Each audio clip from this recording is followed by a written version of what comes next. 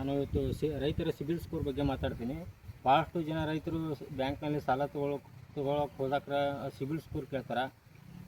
ಸರ್ಕಾರಕ್ಕೆ ನಾನೊಂದು ಮನವಿ ಮಾಡ್ತೀನಿ, ದಯವಿಟ್ಟು ಈ ಸಿಬಿಲ್ ಸ್ಕೋರ್ ರೂಲ್ಸನ್ನು ತೆಗೆದೋಗಿರಿ. ಯಾಕಂತಂದ್ರೆ ರೈತರು ಸಾಕಷ್ಟು ಕಷ್ಟ ಅನುಭವಿಸ್ತಾರೆ. ಸರಿಯಾದ ಸಮಯಕ್ಕೆ ಮಳೆ ಆಗೋದಿಲ್ಲ. ಮಳೆ ಆದ್ರೆ ಒಮ್ಮೆ ಭಾಳ ಮಳೆ ಆಗುತ್ತೆ, ಒಮ್ಮೊಮ್ಮೆ ಕಡಿಮೆ ಮಳೆ ಆಗುತ್ತೆ. ಹೀಗಾಗಿ ಬೆಳೆ ಸರಿ ಬಂದಿರೋದಿಲ್ಲ. ಹೀಗಾಗಿ ಅದು ಎಲ್ಲ ಬ್ಯಾಂಕ್ನಲ್ಲಿ ಸಾಲ ತೊಗೊಳಕ್ಕೆ ಹೋದ್ರೆ ಮೊದಲು ಸಿಬಿಲ್ ಸ್ಕೋರ್ ಕೇಳ್ತಾರೆ ರೈತರಿಗೆ.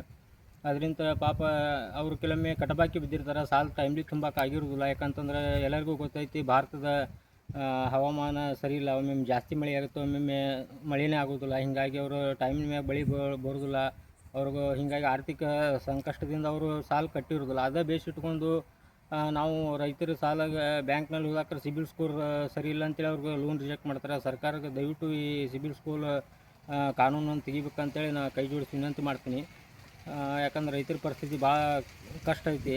ಯಾಕಂತಂದ್ರೆ ರೈತರ ಅನ್ನ ಬೆಳಿಲಿಕ್ಕಂದ್ರೆ ನಾವು ಅನ್ನ ದೇಶ ಜನತೆಗೆ ಅನ್ನದ ಭಾಳ ಕೊರತೆ ಆಗ್ತೈತಿ.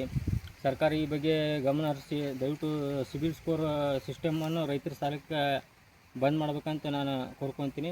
ನಮಸ್ಕಾರ, ಧನ್ಯವಾದ.